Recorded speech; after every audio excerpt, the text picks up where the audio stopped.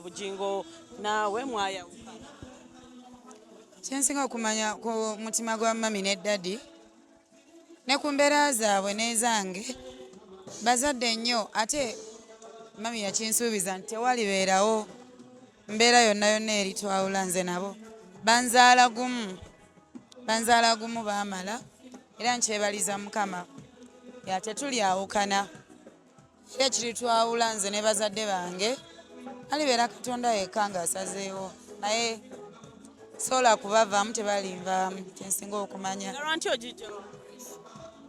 tebasobola kunneegaana ekyo bakinsuubiza tebakoma kinsuubiza nga ndi nabo ne bakinsuubiza ne mu lwatu bakatonda ate omukago baagukola na Katonda tebasobola kungoba yeesi abantu abalala bayinza okwagala okulaba nga mukadde angobye oba daddy naye eyo si yali enteekateeka yaabwe. They will never do that. Audio bwafuluma nga bugamba mbu walinga ogeya nnyo omukyala Susan ne famire ye era ne bakugoba ne bagamba n'okugamba olina empisa embize wakola n'ovuma n'abakuumi ba Pastor ne bakugoba. I'm not here for that. I am building a new brand. So I am actually forgetting the past.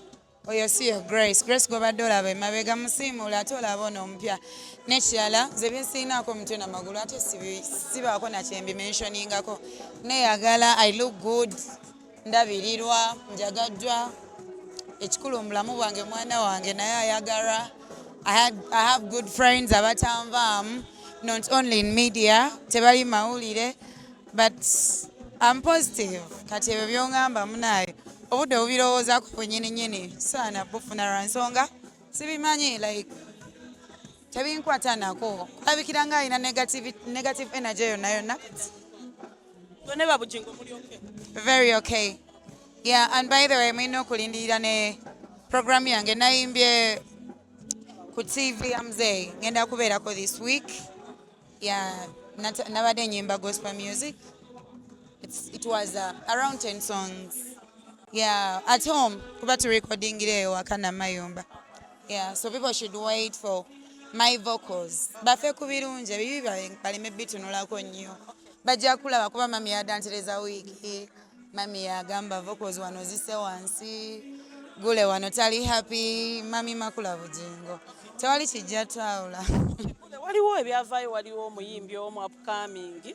Linyandyera biddemu yagamba mbu wamuyisa bubi bakuyamba n'obayisa bubi then n'ogamba mbu bakubye omwana wo ng'obawaayiriza n'otuuka n'obbasi. Like I told you, sirwana na bwana bwa nkoko. Industry njiruddemu nnyo nwana na nkoko mpanga. Because kati nze ne kuzina enkoko enseera nnavaawo. Eddoboozi eryange siri abantu balala kulinnyirako bafuutuke emyala gyabwe bajje boogere bagala. No, I'm not on that level. Level gyendiko right now yakumanya kyenteekeddwa kukola sobiza abantu nyinza okuba nga natagala muko nensanga ba low life nendowooza ndi ku level yaabwe but I'm ain't on that level. Olabe upcoming artist. Now what should I even say on someone who is upcoming yet I've been in the industry for 10 years 10 good years.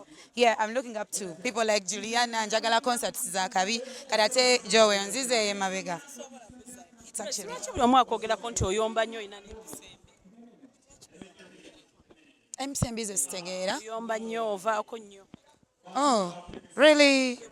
Ate nga mikwano gyange nyina mikwano mingi ne wano wenzize wenyini walidis naye okumuyimbirako singa tegwali mukwanira sandibaddewo. Nyina mikwano gyange abantegeera aba Jovan Luzinda nga wondabye. I've been with him, isn't it? He's bwemba nga mpangadde n'emikono gyange basasha baani okuva mu bandi myaka gyaffe 10 nga nakati Gine Jovan kitegeeza abo bandabye jjo bandabye jjo abagamba nti oba nina emisembi sina mpisa mbi zonna. I'm a good girl. I'm actually a very good girl bw'oba ontegedde wabula singa ogezaako okwagala okuleeta injustice okitegeera sometimes ndi mukazi amanyi okwerwanako nfangezezzaako.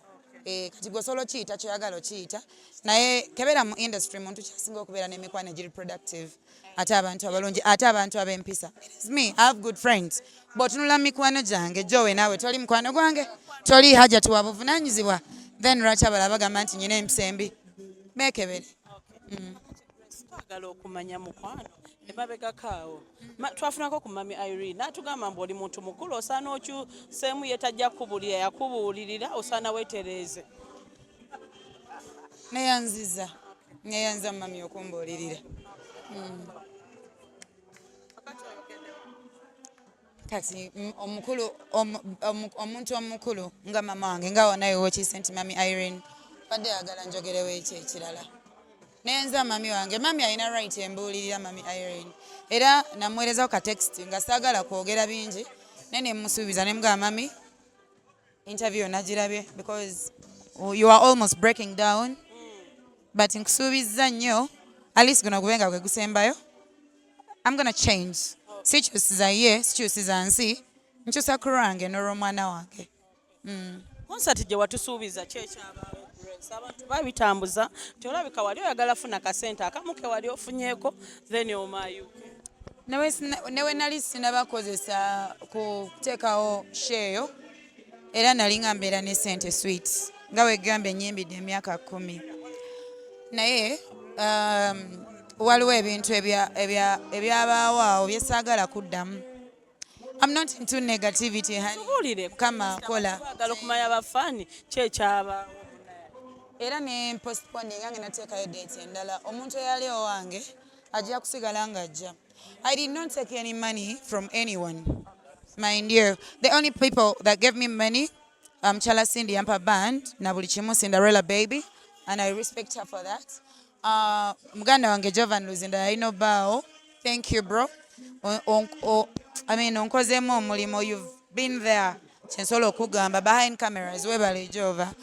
Ba Henry Mwanje, ba Sasha, ba Bettina, abo n'abalina Bao, ba Chosen Beck, ba Mary Bata, abantu bangi. They had to come in Palaso. Bali bangi naina kumpi industry yonna. But waliwo ebyabaawo. I'm not going to be in drama all the time. Cool down. I'm not going to explaining myself. But what happened. So I'm na postponing a date. Kuba olinga agala okunziza ate mu bantu bye balaba mu camera. Tweyambere mu binino like yena betondera ate bye tuba tuberamu. No, Joey, let's just spread positivity and look out for any other day. Bwembanga naina talent nga mukama yam blessing anti nyina okuyimbira abantu. That means one day, one time, era njaba yimbira because shows haji cancelling just like that. Naina ji postponing, you get. So I had to get into mentally, physically, financially, all that, but mostly mentally and everything. Kubanga choba dawuli acho yagala kugambe. Era obudde bunaba butuse this very year concert egenda kuddayo. Okay. Yeah. Prince Amatulaba chakala n'omukyalo omulago bayita Mariam. TikTok Rabbit. Simanyi naye waddembe okukyakala n'omukyalawe ekisooka Prince wanje ogambye omukyalo omulala badde oti Mariam, who is Mariam? Mbadde sinamulaba engeri gye ndi busy mbeera nnyo mu studio ky'omukyala mbadde simulaba nnyo naye engeri gwe gy'omulaba kitegeeza I wish them luck. Prince Oma musajja, ekyokubiri Prince Oma musiraamu, ekyokulala yasuka emyaka 18. So waddembe okukyakala na buli muntu yenna yena gwaba akoze eki gwaba asobola okubeera naye. Yeah.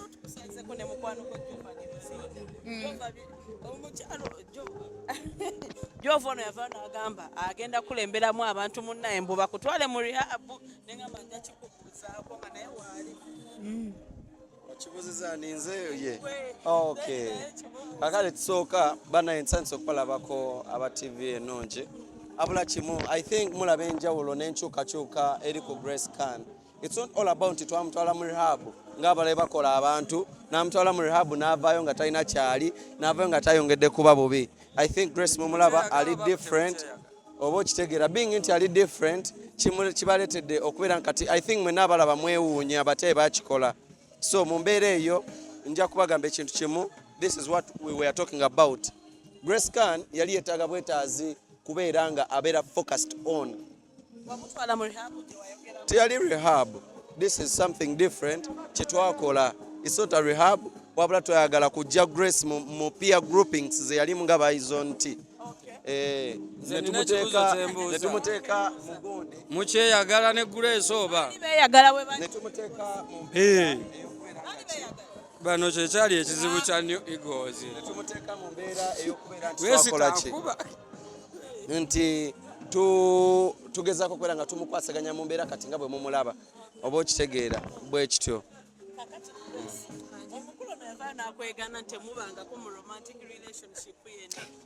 Like I told you, bwe tuba tutambula ate ebintu ebimu ebibuuzo ebimu tubireka ebbali naye kyensobola okugamba kimu. Jovan has been there since day one.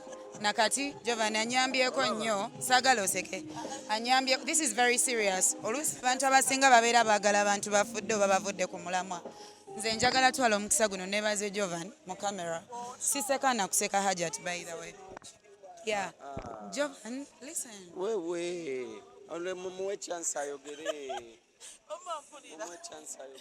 Munange wakati w'enkuyanja y'abantu abaali bandabanga ekisekererwa abatanda bamubwa diva waliwo omuntu omwe yali awo ng'agamba nedda Grace talina kuyita wano yali ono omwana so gwe osobola okiraba nga bw'okiraba but kyensinga okumanya ku Jovan alina omutima omulungi he's kind hearted si kunze nzekka waliwo ne beeyabikolera munnange era ne badduka ate ne bamukola obubi obusingawo so ye muntu omwe akola ekintu nga ate he's not expecting anything from anyone. Jovan nze kyensobola obagamba I appreciate you Jovan. Thank you. God bless you for me. Ate nga bw'oyamba ne ku balala manyi bajja kitegeera lugenda kubeera olwa manyi ye Mukama asobola okulwawo ne lubeera lumu abantu ne bakutegeera kikyoli. He has a very very kind heart, a good heart. Ate ebintu bye tabihandolinga mbeera y'abantu balala kankole kino ndabise newaane nkole ntya nedda yarwana nnyo. By the way olina n'ekibuuzo kyombuuzizza Mukama ansonyiwa okireeta eky'omwana mbusimaane bakola batya byesaagala kuddamu ebyo byegambye nsaagala kwogera ku ebyo. Munnange omwana wange yalina omukono ogwa ddyo okulanga omwana wange adda mu mikono gya mami Makula kuba yamunnyonnyola ani Grace abalala we baasiiga ettosi yababuulira Grace omutuufu gwamanyi gwe yalaba edda